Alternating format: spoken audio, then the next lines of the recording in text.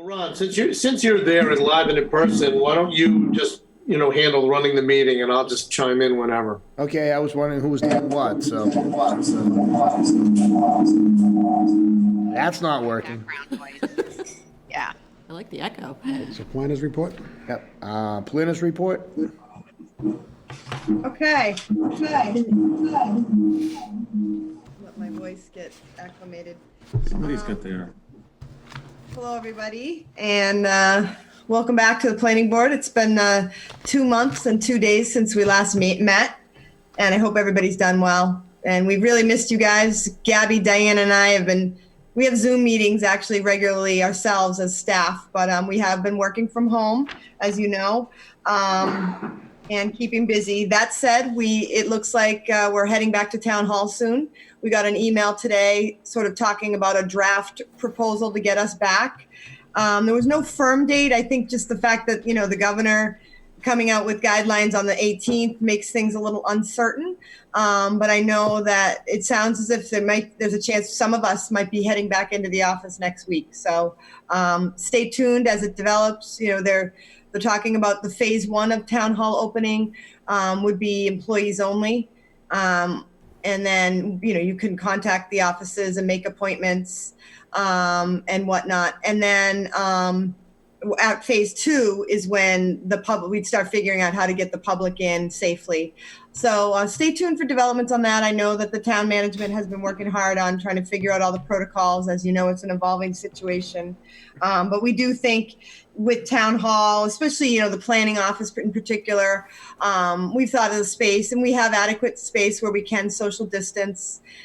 Gabby's going to move her desk away from Diana and over to the intern desk, and we'll put the printer over where Gabby sat, and that will allow, an adequate separation in all of our spaces. And we do have the counter in the window, and we'll just be careful with, common areas like kitchens and restrooms, and we'll have to follow different protocols.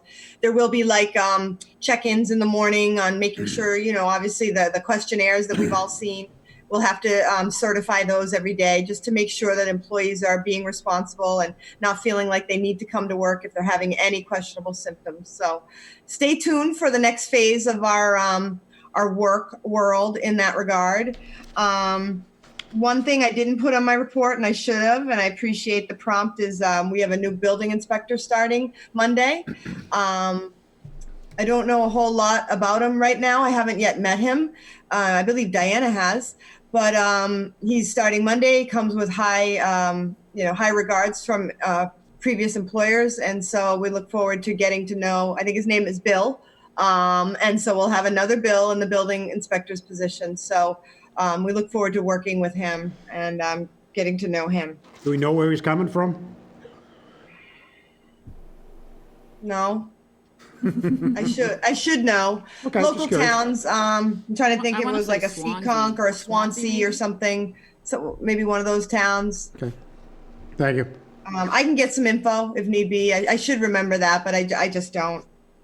One of the things I received by email yesterday from MAPC, our regional planning agency, had to do with how the municipalities can support small businesses and businesses recover from, the crisis we're in the midst of. One of the discussions had to do with restaurants and whether the restrictions that are going to be put on indoor seating. Obviously, restaurants that used to have a capacity of X are now going to be greatly reduced.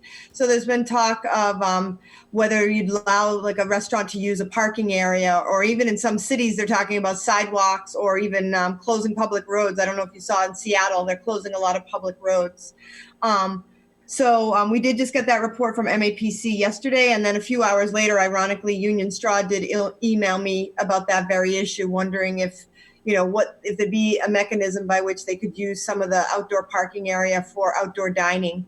I wanted to raise it as an issue. Obviously, it's the first issue. There'd be Board of Health. There would be Board of Selectmen as the common vic. There'd be public safety.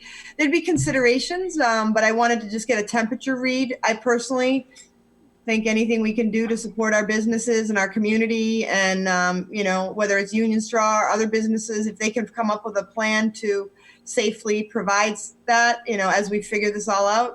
But I wonder how you all feel about that flexibility. Would as we would evolve. their patrons be eligible to use the parking lot that the company set aside?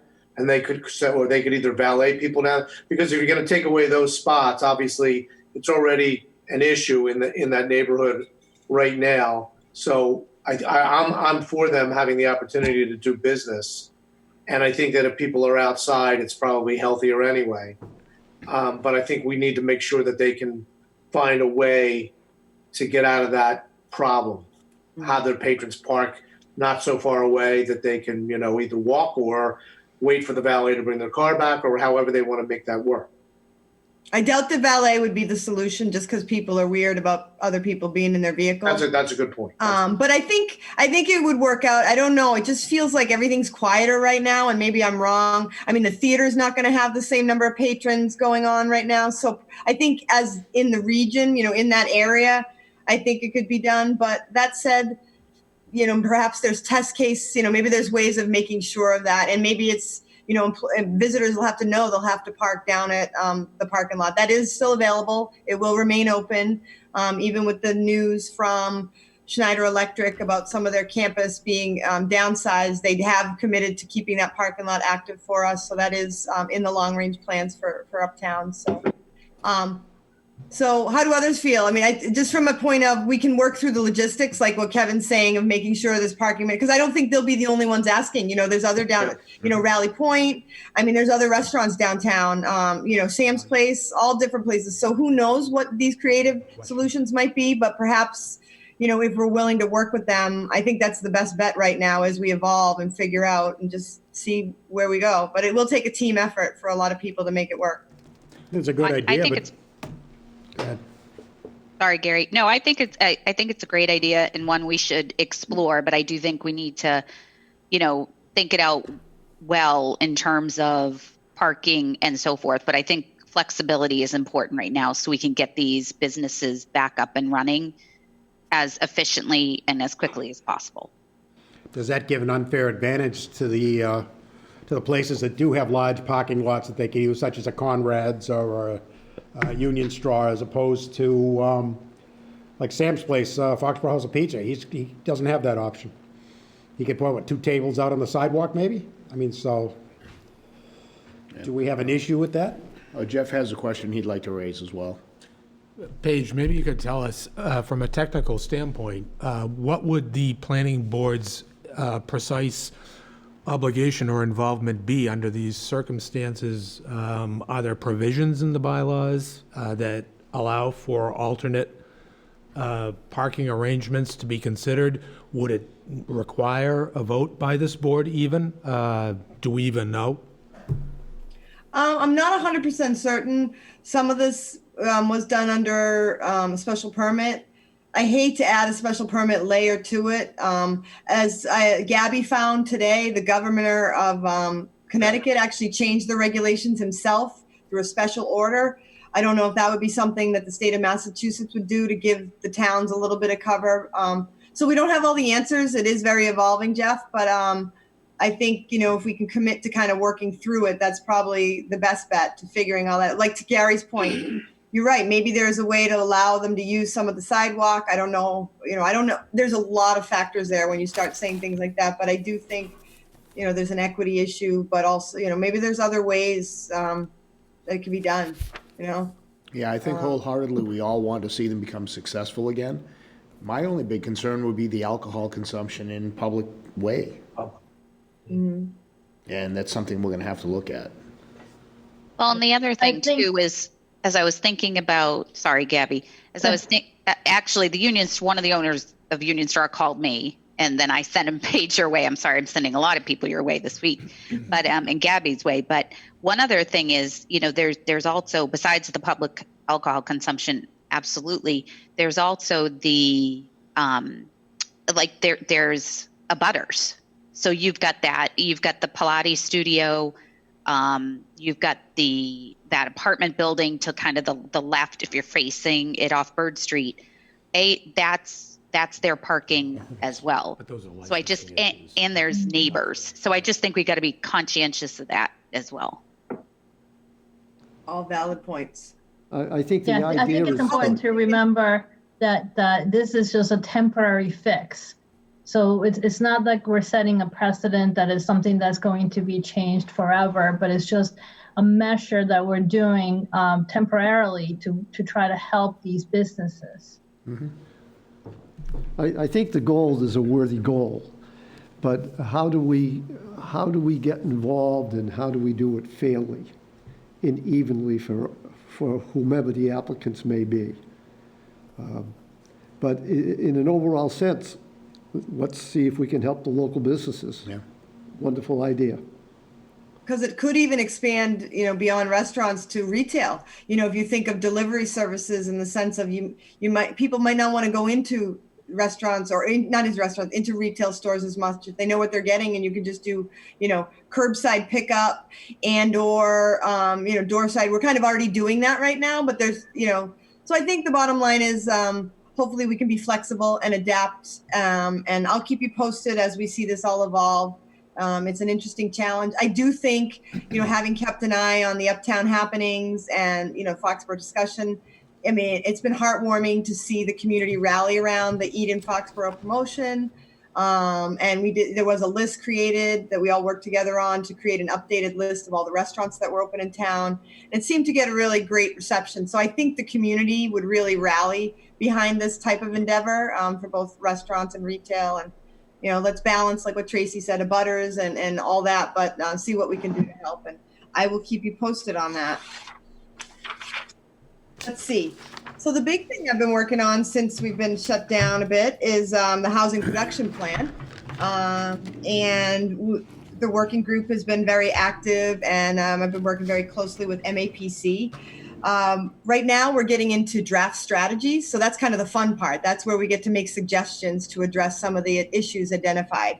So those are in draft mode. We're sending some of those out to the working group for sort of polling, and we're going to be refining those a bit. And then come June, sort of mid to late June, probably after town meeting, but we're not necessarily sure we're going to do one event. We're looking at creative ways to do like a series and or snippets so that people don't have to sit down for an hour and a half and do it the old way, because we're going virtual. So we're going to have to do this different ways. So we're going to hopefully work with cable access and work with our technology to get this information out to the community without requiring, a boring age-old sit in a meeting for an hour and a half.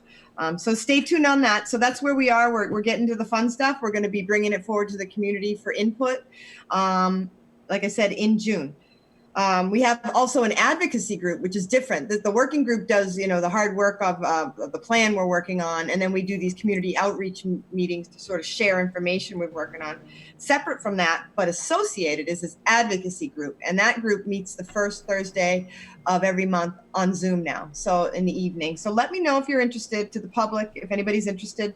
We talk about housing issues, and I can tell you that housing issues have just gotten a lot worse with what's going on, and a lot of people have lost income.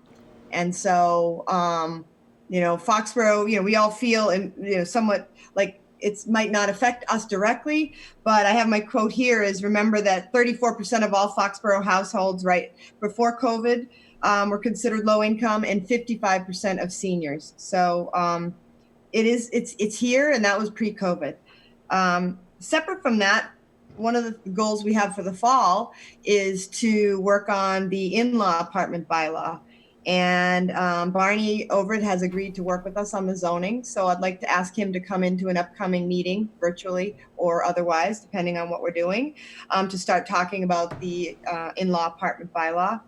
The big question on that, as I wrote in my report, is whether the town is going to allow non-related folks to live in these in-law apartments. And I acknowledge that's a big question.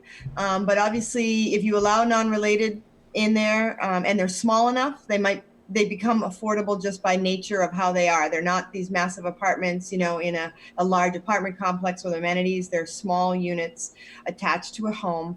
And so I know that's also difficult in the suburbs. So I want to have that conversation with the board and with the community as we start to work towards a draft bylaw. Right now, we only allow relatives, and that's fine. It just won't move the dial. It just doesn't change sort of, the ability to provide affordable housing And what we're hearing from the community is they don't want apartment complexes. They don't want big new developments, and stuff like this where they're smaller units sort of blended into the community. They don't stick out as much. But that's a discussion for another day. I just wanted to bring that up and suggest that we get into that moving forward so that we could maybe keep our eye on the fall town meeting. Paige, are you suggesting opening up in-law apartments as rental units? I mean, I don't want to make that leap of logic if that's not where you're going. That is what I'm saying. Okay. I'm saying to discuss it. I'm not suggesting that. I'm saying that as it is right now, allowing only relatives, it is a it's a viable thing for family members. It's used, as we know, sparingly. I mean, you know how many we've done over the years. It doesn't move the dial on the affordable housing sort of calculation. If you did allow it with restrictions, to make sure you don't end up with Airbnbs, and you make sure the units are small enough that they're not going to become, two families, that they're really truly accessory dwelling units, smaller than and subordinate to the other unit, really only suitable for one or two people, then you might actually create quote unquote affordable housing that blends into the community. And again, not everybody's going to do it. I don't like communities who have opened it up haven't found that it becomes this overwhelming wave. I probably myself wouldn't want that in my house. I don't want that responsibility. I don't want someone else living on my property, but others might. It's also known as a side hustle. For anybody who came to the seminar, to the panel discussion on housing, that was one thing that, folks nowadays are trying to pay for these houses, and housing's tough. And if you can get, $1,000 or $1,200 rent, that will help you afford it. So anyway, I know sound like I'm promoting it. I'm only promoting it because it is a truly viable option to create naturally affordable housing without overwhelming the community. That said, I think we should discuss it, and I'm not, it is up to the board and it is up to the community. It is not up to me. So Have we had a lot of folks approach us about wanting to allow non-relatives to live in this, or is this in response to something, or is this proactiveness we're trying to take? This is in response to the housing production plan and some of the meetings we've had. People have suggested this. We've actually had people saying, let's get going on this sooner rather than later. So it is a discussion, but I'm not going to say it's a strong movement. It's more that I think as folks educate themselves and inform themselves on the housing issues in suburbs like Foxborough, they see that, we're missing a lot of the middle housing. You have apartments and you have whatever, and you have big houses, and then you have these, R15 houses that get gobbled up by developers and turned into duplexes. So something like this is just a way to create another option for housing where maybe seniors would live there, maybe college students, single people. I don't know. They're meant to be small and subordinate. They're not meant to be a 2-family home. So, Paige, but again, let's talk about it at a meeting where we post it and we have a real discussion about it. And I truly do want to hear. I've heard from several planning board members, and I know there are concerns, and I'm not trying to discount them. And I know the suburbs aren't necessarily designed like that for a reason, but that's also why we have, 1/3 of our people in low income and saying they can't afford to live here. Paige, how many communities have made this sort of a move? Do you know of some, and which towns they are? I don't. I know some have, and not as many as you would think. I mean, not that we would think there'd be a lot, but many suburbs struggle with this. So, but a few have, and I can find that out. I bet you MAPC has that number at the ready, and I will find out sort of which communities have done it and whether there's been an overwhelming, response, which I don't think, I think we would have heard that. And secondly, I would say the other thing is I'm not proposing that this be done by right. I'm proposing that this would remain a special permit so the planning board would actually have the control and be able to evaluate it. There definitely have to be different criteria if it's going to become a non-relative compared to what we have now. And I think, I agree with you. It gives another price point and a chance for people who otherwise couldn't stay in town, an opportunity to stay in town, which I think is a worthy objective. Yeah, so we'll dig in a little bit. Again, no decisions made. I'll just, I'll get a little more information for a future discussion, and we'll post it on the agenda and do it right. Alternate member strategy. So as we've discussed in the past, we have Kingswood Common, Kingswood Crossing, I don't know what. Kingswood, coming forward tonight, but it's going to be continued without testimony. That's the Joe Lynch project on South Street and across from the Common. That hearing is going to be continued tonight to June 11th.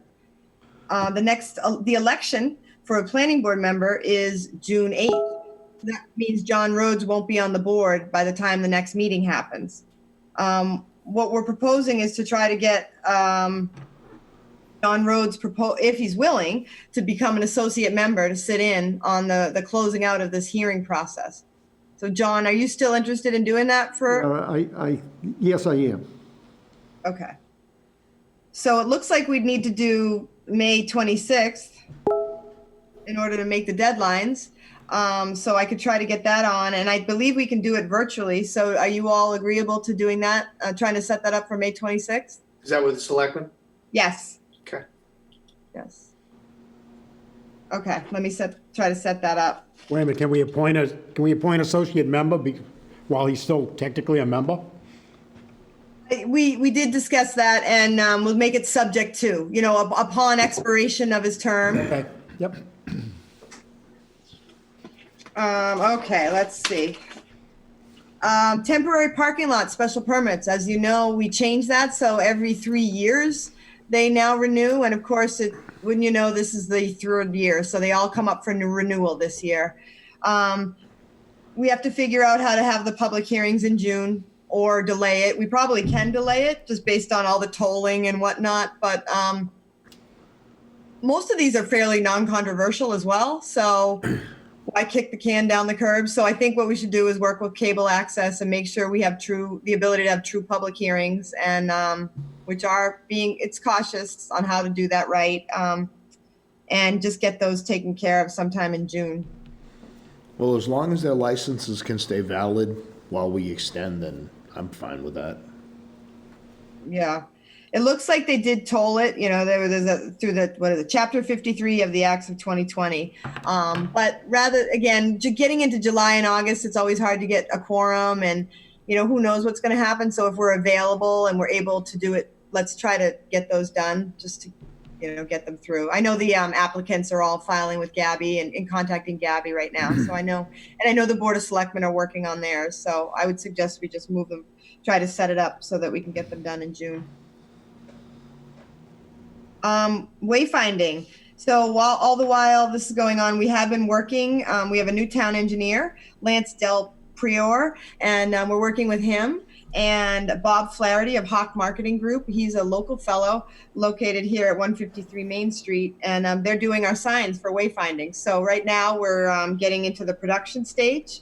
And also banners are being created. That's being done through the Foxborough Common Business Collaborative. And if you're interested as an uptown business in getting a banner, please contact Cindy. Sound like a commercial, but we do think it's going to be great. In hopefully a few months' time or less, we'll have banners, we'll have wayfinding signs, and you'll start to really see the things come together uptown. And then lastly, yes, go ahead. Okay, just one quick question on the banner thing. Have they delineated streets that they'll be on and how far they'll go from the center of town to where, things like that? I think they're using the existing hangars. I mean, Mostly around the Common and down Central Street, those? Okay. Yes. Yeah. I don't believe we're doing anything extra. We're just using the ones like the JC uses and the Founders Day use right now. Okay. Yeah. And then lastly is just a heads up. We're having some Massey 911 has contacted us because there's some conflicts out on Belcher and East Belcher with respect to addressing. I believe there was an issue with an emergency response and a mixed up address. So Gabby's been looking into that for us and put together a summary, and we have to get public safety and everybody together and take a look at that. And it's always difficult because people do not like to change addresses, but it looks like we might have that situation where we might need to do that. So. Just by changing the address, will that satisfy it, or do they actually need to change Belcher and East Belcher, one of the names? The name. The name, okay. Right, Gabby? The name's right. Right. Yeah. Okay. Gabby, I thought we had a we're West Belcher and East Belcher. Is that incorrect? We do. Yeah, we do have a West Belcher. Oh, geez. West Belcher is on the other side of 95, so Right. that's not really affected. So where is Belcher? I'm confused. where the town dump was, the landfill. That's and East then- Belcher East Road. Belcher. East Belcher, yeah. Right. That's East Belcher Road. Gabby can tell you. She knows it well. Yeah, it's the names have been used interchangeably at points. So there's a business, the junkyard on East Belcher Road has a Belcher Road address. There is a couple of addresses in the middle, and then there's one towards the end by Mason Place that also has a Belcher Road. Other than that, everything else has East Belcher Road address. Right. And that, yeah, right. I think their addresses need to be changed and leave the street name alone. The street was named east and west back when 95 divided it, which was the 60s. So do you think that the answer is to just make it all East Belcher and then just leave West Belcher alone and just create new numbering? Yeah, I Yeah, just really leave do. abandon Belcher and just use East Belcher Road. Yeah. Well, anyway, that's road commissioner, board of selectmen, but it is something that we've been working on. So That's going to be our suggestion. So it's up to them. it really is. So we're working through that, and that is all I have for my planner's report. I think. Thank Very you. good. Thank you, Paige. Okay. Active subdivisions? The River Ridge subdivision is starting their construction. I don't know if you've driven by it, but there's a lot of moving of dirt there. They're starting the drainage work next week. Norm is going to be involved socially distancing as he is 84. And Lance Del Priore is going to also be involved when Norm is not unable to do that.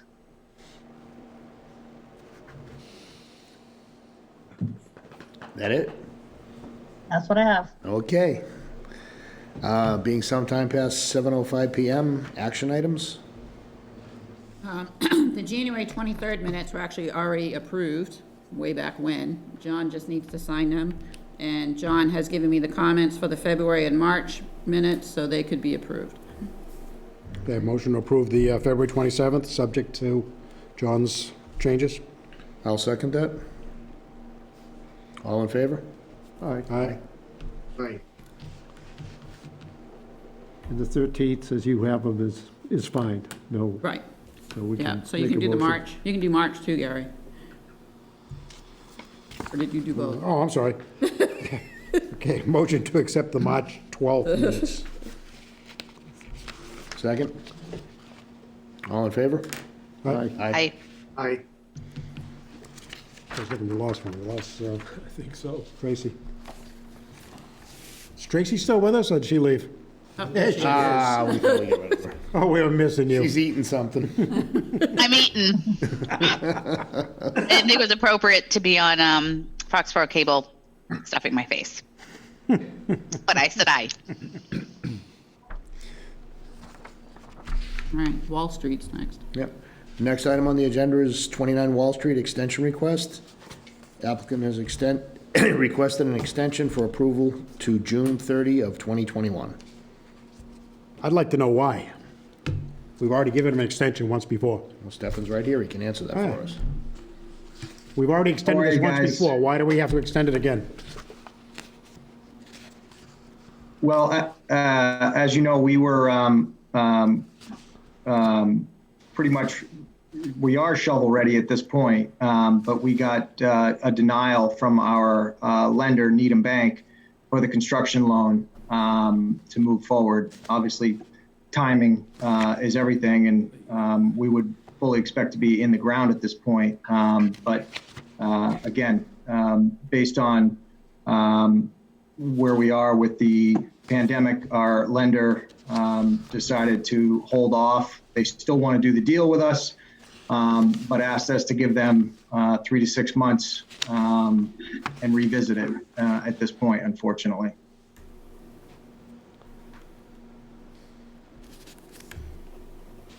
and So, Gary, you know, I think we had previously agreed to get the building down before the end of the year, which we did. And we have been working nonstop with our architects and engineers to get a shovel-ready site, and that's what we did. At this point, everyone had deferred to getting paid on all the work they've done to get to a closing for the construction loan. That obviously didn't happen. The bank was willing to allow us to refinance the land loan that we have with them so that I could pay our vendors, our architects, engineers. So we actually just refied that today, subject to getting an extension, obviously. But that allows us to get every single one of our vendors paid and have a shovel-ready site. So we are, for all intents and purposes, shovel-ready, ready to go, and fully expected to be in the ground right now. Okay, thank you. Any more questions, comments from the board on this? Yeah, I just have a question for Paige, and that is, or Gabby. Under the current situation and whatever the governor is saying about extending permits just due to the current condition, where are we with that? Has the governor actually put forth, or the legislature, anything that extends existing things and says you have to allow them to continue to, even if it's only right now it says 90 days or whatever. I don't know what it might say. I'm just curious about if anything's been done at the state level about that. There is something in the planner's report with respect to the state of emergency, but I don't know how long that would prevail, beyond, Stefan's kind of outside June 30th being that way. Right.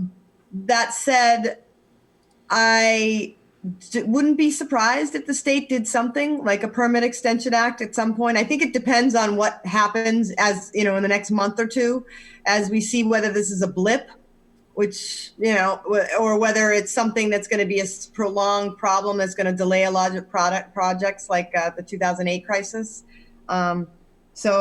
But they are definitely aware, and the language of their acts are very clear that, they didn't want permits to expire. They didn't right now, like if Stefan's permit expired during the state of emergency, the board would not be allowed to, to basically allow it to expire. So there is being consideration and tolling in place. So he probably has a little more time, but, as he's explained, he needs even more time than that to get this fully done. Yeah, we have every intention to get this project built. We're actively building a project in Norwood, 12 condo units that are getting built, but we got that started before this whole thing happened, and we've been able to keep that project moving, thankfully. But we unfortunately got caught with bad timing here. Is that project financed by the same lender? It's not. No. How do you feel about your lender on this project? Look, I'll be honest with you. Less than a week prior to them going to loan committee, I said to our commercial banker, I said, look, just, tell me straight up what is the bank's thought on this? Where do you see this going? I mean, I said, my feeling is we're not going to be coming to market with these units for 15, 16 months. So in 15, 16 months, I would like to think that we're in a better place. But, and he agreed. He said, I agree 100%. So, a few days really before they went to loan committee, I was still anticipating that this loan was going to go through based on the fact that we're going to be a construction site, not a development coming to market during this time. So, unfortunately, they went to loan committee, and basically the feedback we got was that, they're concerned about what this is going to do to market rents, which will impact our NOI, which will impact the debt service coverage ratio. And it's just obviously a domino effect. And I understand, I understand where they're coming from, but at the same point, I feel it's a little short-sighted in my opinion, but they're the bank, And I mean, I wasn't is. sure I mean, whether there were just process issues on their end, but I think you answered very clearly about, kind of what went on there. And I guess my next question, and I'm not sure whether this is appropriate or not, but, you can tell me to go jump in the lake. So if that kind of logic among lenders continues, what are your thoughts, long-term? Are you folks thinking that you're going to be able to stick this out and wait it out? Yeah, I mean, our intention is to make sure we get this thing built. That's our full intention. Our banker has indicated to us that they want to do the project with us. I think everybody here knows Needham Bank. They do a lot of construction lending. They're a very good construction lender. But I think it was, and again, this was 3-4 weeks back when it felt like, everything was upside down. So it was sort of mass hysteria at the time. And I feel like this was an easy, let's just hit the pause button and wait this out and see what happens. I understand their argument. We don't know what this will do to market rents. But at the same time, I feel like, in 16 months from now, we would have been in a much better place. And I think things, hopefully, fingers crossed, we'd be back to something that we all somewhat recognize. Do you think there's any credence in their concern about market rents declining? In the short term, yeah. I think there's some of that for sure. The fact of the matter is, you guys see where unemployment is. It's somewhat staggering. And these were going to be nice units. They're $1,900 for a 1-bed, $2,500 for roughly $2,425 for a 2-bed. So, obviously, people have to have reasonable jobs to have that the income to afford these units. But we pro forma these based on the market rents that were already there. We're not making the numbers up. Those are the rents that are in the market. But I do think it's going to impact rents in the short term. But I also think it's going to come back to a level that we are all sort of accustomed to. And one last question pertinent to the extension request. Has Needham Bank given you folks any sort of ballpark timeline for decision-making on this application? The only thing they said is, look, we'd like to do this deal with you. Let's revisit things in 3 to 6 months. Okay. Stefan, when does the current approval lapse? June of this year. I think the way it's written now is we needed to start construction activities by the end of June. I think that's right. Yeah. I mean, And my first question to Paige was, did the fact that we brought the buildings down, did that start that clock? But I don't think it does, because we didn't actually pull full building permits yet. We got a demo permit, and we made good on our promise to get the building down before the end of the year. I'm thrilled that we did, because honestly, that building made me nervous just sitting there like that. So I'm thrilled that it's down, and we do have a shovel-ready site. I guess the other question I think we have to ask amongst ourselves is there any benefit to the town to let it lapse? I don't see a benefit. No, John, I don't see a benefit either, but we've also given one extension. Yes. I'd be willing to entertain a second extension here, but I definitely would have very, very strong thoughts about extending beyond 2021 for a start. I mean, if you go that long, we got a big problem. Exactly. Yes. And You have a big Yeah, problem. I have a much bigger problem. Yes, you do. Right. To be honest with you, I'm not, I'll be completely transparent with you. We bought the land for 600,000. I just refied to pull out another 500,000 to pay all of our vendors. So I'm into this thing for a good amount of money, and I don't want to own a piece of dirt for $1.1 million. No, it's definitely, none of us here want to see you fail either, so. I appreciate that. I'll make a motion to extend his application. I'll second it For wait, for how long? till June Till 21. June, yeah. Thank you. June 30th, June 30th 2021. of 2021. Second. All in favor? Support that. All right. Aye. Aye. Aye.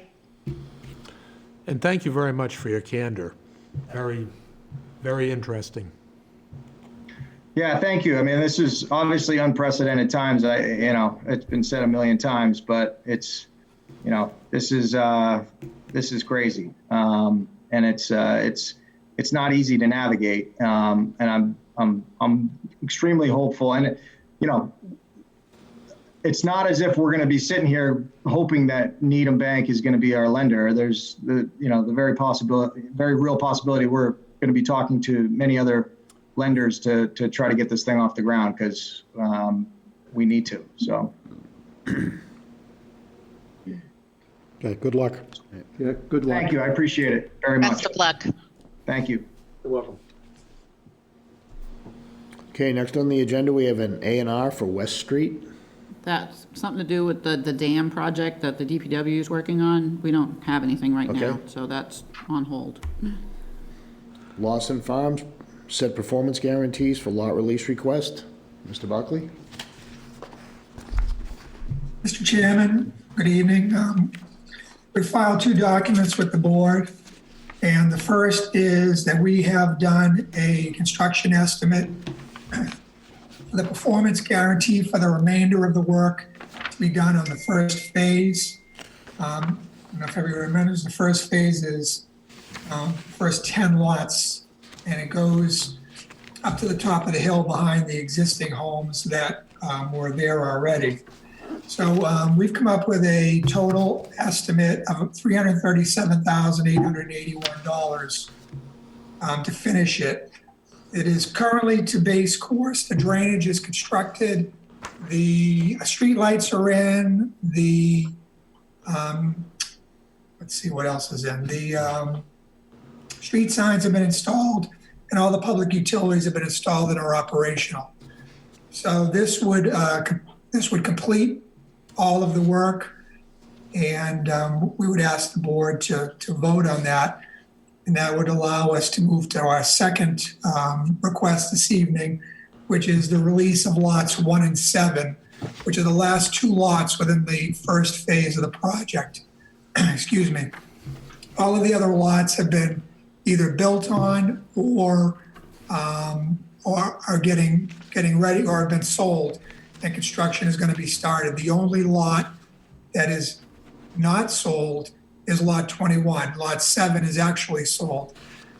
So that will complete the first phase of the project once that is built.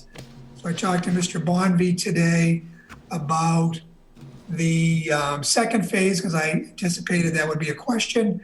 And right now he has Mr. Campos out there marketing it. They're putting together some numbers that he can use when he's marketing the project.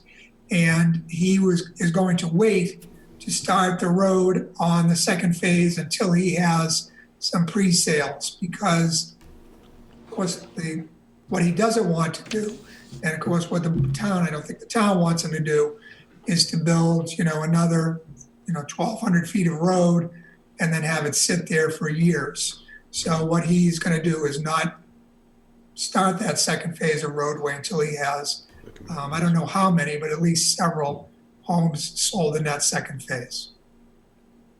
To build a $337,000 rough dollars, that's in addition to whatever he's posted already?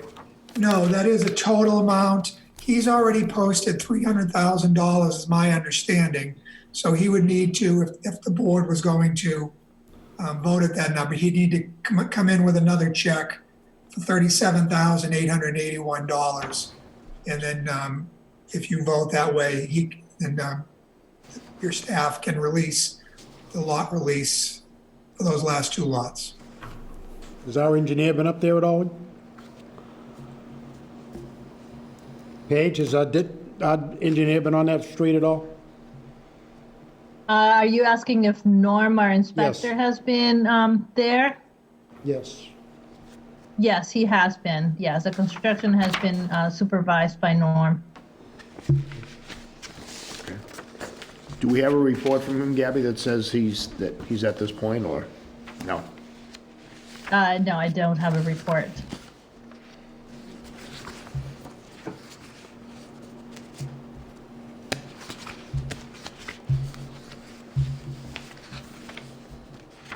I'm good. Okay. Well, I guess this is an act of good faith at this point, because we have to trust that what we've been told, we don't have any documentation in front of us to prove otherwise, that work hasn't been completed, so I think I'm okay with it. Anybody else on the board have a comment, or? Yeah, I mean, Gabby or Paige, do either of you have a sense of where Norm's head is at with this? I mean, yeah, he's been up there. Yeah, he's overseen it. What is your recommendation to the board based on that? Well, if Norm is not happy, he lets us know. Okay, and he hasn't said anything? He hasn't. Okay. So at this point, I'm really, hesitant to ask him to give us a report. I don't want him being out there if not necessary, but he, he does let us know if he's unhappy, and Bill can attest to that. And so he hasn't given us any concern about it. And I can back that up, Tracy. He comes, normal times, he's in the office once or twice a week, first thing in the morning, pulling out his plans, telling us what's going wrong up there and how he's going to fix it. And Chris Gallagher gets involved. And so that obviously he hasn't been out there as much lately, but I'm sure things have slowed down dramatically as well. So, but he was, during the height of construction, he was certainly out there quite a bit. We really have not done any construction up there for months. Yeah. Once the roadway was put in, if you recall, we've been asking the board to release this in phases. And the reason for that is to minimize the amount of bond that we have to put up. So really, I would guess we haven't done any significant work out there except for cleanup and maybe things like putting up street signs. I would guess since the fall. I don't think we've really done anything out there. So Bill, what does that additional $38,000 cover? That covers, right now there's no sidewalks. So that would be all the sidewalks. There's no curbing. So that would be all the curbing. It would be the top coat of pavement for the roadway. It would be all of the street trees. It would be the street bounds. It would be the road as-built. 38 total. And I think that's it. That's 338. And I know you guys know this, but this number is based on the Mass DOT standard, which of course you would have to, if you had to take the bond, you would have to put it out to a public bid. So it's based on the public bid number. But the reality is this number is probably 40% higher than it would be if a private contractor was building it. Bill, I apologize. I should probably know this. Do we have occupancy up there? Mm-hmm. Yes. We do. Okay. Yes. I don't know how many houses. I was up there the other day. I would say 1, 2, 3, 4 or 5. Yeah. And not including the existing 2 houses, which have people in them as well. So, probably 7 out of the 10 are occupied or look pretty close to being occupied.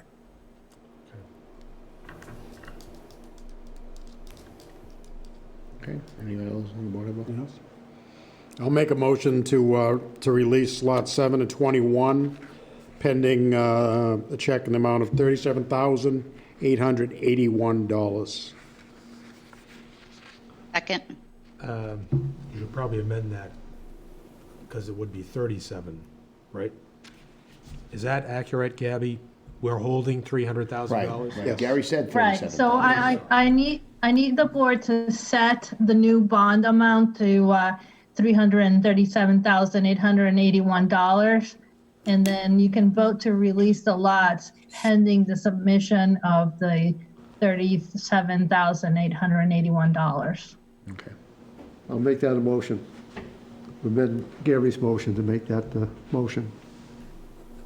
Can we do it in one motion, Gabby, or do you need two? I think I would prefer two different motions because there's two different requests. Okay. If that's So okay. I'll second Gary's So motion. if you could please vote first for the setting the new amount. Need to amend the amount first. Yeah, the three, I thought it was stated, So let me amend my motion. My motion is to increase the surety to $337,881 for this phase one of Lawson Farm. I'll second that. Yes, thank you. Okay, all in favor? Aye. Aye. Aye. Aye. Now I'll make a motion to release lots 7 and 21 in the covenant for Lawson Farm. Seconded. Pending receipt of the additional. Pending Pending receipt of the receipt. additional monies. Yeah. Tracy, would you like Second. to second it now? Okay. Sure. All in favor? Aye. Aye. Aye. Thank you. Thank you.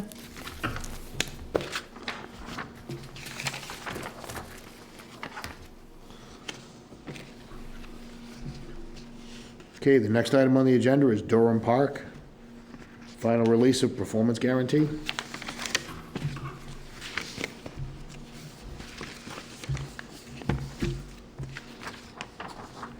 Does anybody have anything on this?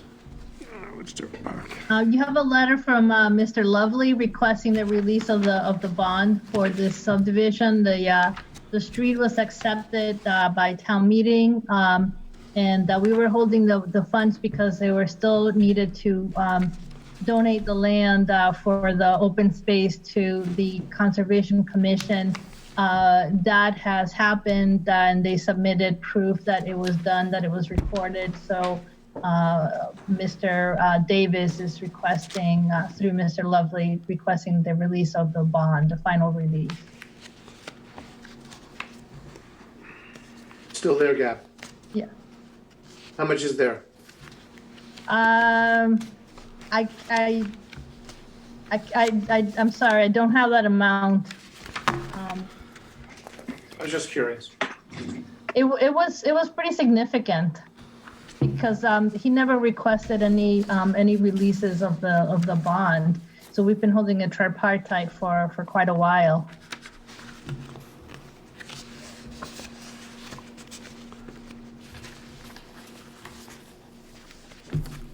So the town clerk is holding the tripartite agreement and has been holding it since like 2006. Wow. Yeah. So there's no reason for us not to make a motion? No, they've met all of the requirements. Okay. Do we have a motion to release the final performance? I'll make that motion. I'll second that. Second. All in favor? Aye. Aye. Aye.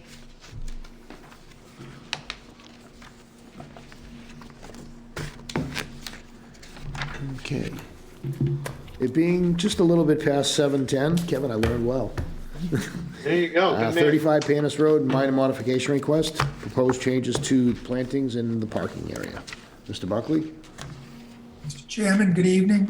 Director, my name is Bill Buckley from Bay Colony Group. I'm representing the applicant.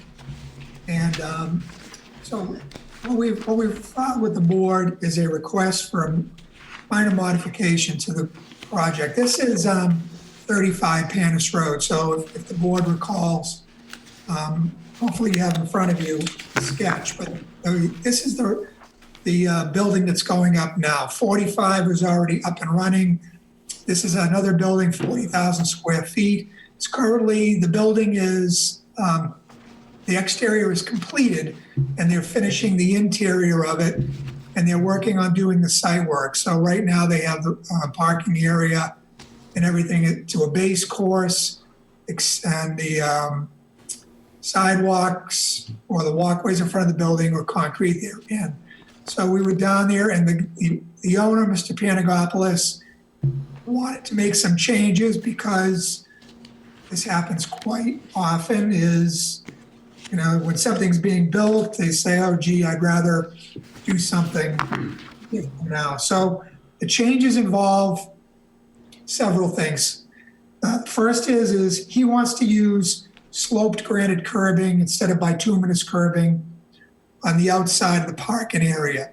So when I say the outside, I mean not up against the building. It would be against the perimeter of the parking area, along the side by the farm and then in the back. So you're going from a sloped granite to bituminous, and the why is he just likes it. So if you look at other portions of the park, it is sloped granite, and actually on 45 he changed to sloped granite as well. He just likes that. In the rear parking lot, there's 3 islands that we put in there. So there's 3 rows of cars in the rear parking lot. So there was an island on each of the end caps of the row of parking, and there was an island next to the building that was put in there. And he would like to remove that. And the reason is for, you know, they were thinking about maintenance. It looks good, but it's also a maintenance issue when you're plowing around islands. Excuse me. So Does he want to remove all 3 or just the one by the building? he wants to remove the 2 on the 2 end caps and 1 by the building. There's another one by the building where you come in the driveway from the front, and he's going to leave that one there because that will protect the cars that are parked there when other vehicles are coming through. So we'd like to remove those 3 islands. And then the final one is on the property line between this building and the farm, there's a row of trees. The original design showed white pines. And what he would like to put in is arborvitaes. His opinion, he has he has better luck with them staying alive, and they make excellent screening as well. In addition, in that area, we didn't show a berm there because it's actually a raised, but he's actually built a little berm as well. So it probably is maybe 2 feet above the parking lot. So in addition to the arborvitaes, you're going to get a little bit more screening from the building to the farm. Not that you can screen out, you know, a 32-foot high building, but you know, it will definitely screen out the driveway. So those are the modifications that he's requesting. That's my opinion, that none of them are in conflict of zoning. We could have shown them in the original site plan, and I would guess that the board would have approved them at that time because there's really nothing within our regulations that say otherwise. So I would request that the board grant a minor modification to those 3 changes that I just described. I don't see any issues, do you? Very minor. I agree with Gary.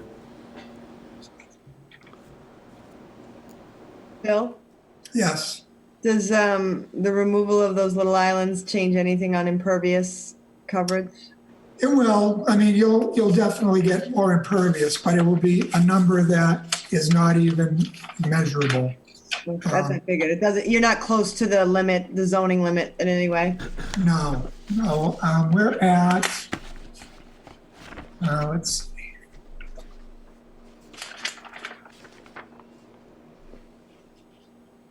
We're at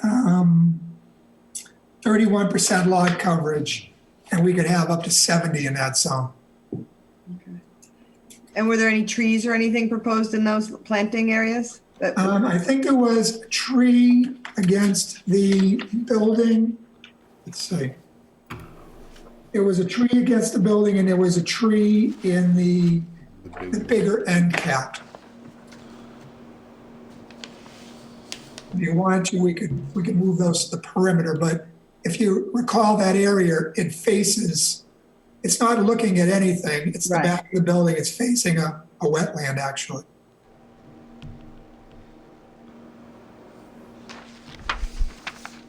That's it. Oh my God.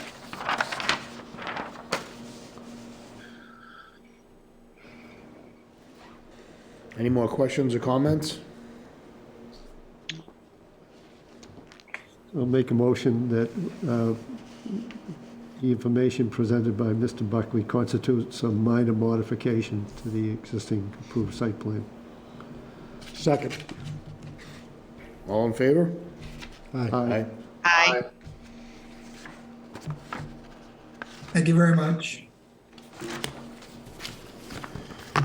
Being a little after 7:15, continued public hearing, special permit, 6 to 8 Central Street, 3135 South Street, 3739 South Street, Winterton Corporation. Applicant has requested continuance to June 11th, 2020. Make a motion, we continue this to June 11th, 2020. Second? All in favor? Wait, Aye. what time? What time? 7:15. Or do, unless the parking things would be on that, would you want the parking things first? How many parking things are there? We usually do them 5 minutes apart. Yeah, I'd like to see them first. What are there, like 5 of them? Yeah, I think that there's 4 or 5 of them. So yeah, let's do them 5 minutes apart. They go quick. So 15, Do like 20, 8 o'clock or no, 7? So we could do 7:45 for this? Sure. Sure. Yeah. That becomes part of the motion. So my motion will read to continue June 11th, 2020 at 7:45 PM. Second? All in favor? Aye. Aye. Okay. Being a little after 7:30 PM, continued public hearing, site plan review, 85 East Belcher Road. You like that one, huh? Hearing to be continued to June 11th, 2020 Why don't we make that one at 8 o'clock? at 8 PM. I'll make that a motion. I'll second it. All in favor? Aye. Aye. That being said, motion to adjourn. Well, hold on. Oh, Is there sorry. anything on the 28th that we need to do? Can we cancel that meeting? Because I know they want this room. I don't know who they is, but someone in it, that they asked if we would give up this room. School committee, AdCom, I have no idea. Somebody wants it. I don't know. Do we have anything on the agenda for that? Only if we wanted to talk about like in-law apartments or have special meeting, working session meeting. Intent. Intent, yes. I could go either way. I mean, I don't know if Barney would be available. I don't know. Barney is going, well, he's hoping to go to Newport. I know he's not He's going just to be gonna say in around June for he the goes to zoning Newport. board meeting in June. So he might not be here. In June, but in May 28th, he might be. Right. Oh, May 28th, yeah, never mind, okay. So we should probably plan to have it then, assuming he'll be around then. Are you talking about May 28th? May 28th is our next planning board No, meeting. but when you said that somebody wanted the. No, yeah, well, she's talking about Barney, and Barney I know is going to Newport at the end of June. I think that's the Yeah, only he thing he always- has planned. So why don't we just leave it that Paige and Gabby somebody can check with Barney. If he's available, we'll meet. If he's not, we won't. And we should be able, and then we can free up the room if we have nothing else on the agenda. Right. Sounds good. Sounds good. Works for me. Now, Now. Motion to adjourn. Second. Good night, everyone. Good Thank night. you. Great Thank you seeing for everybody. organizing. Good to see you all. Good to see you guys. Likewise. There's.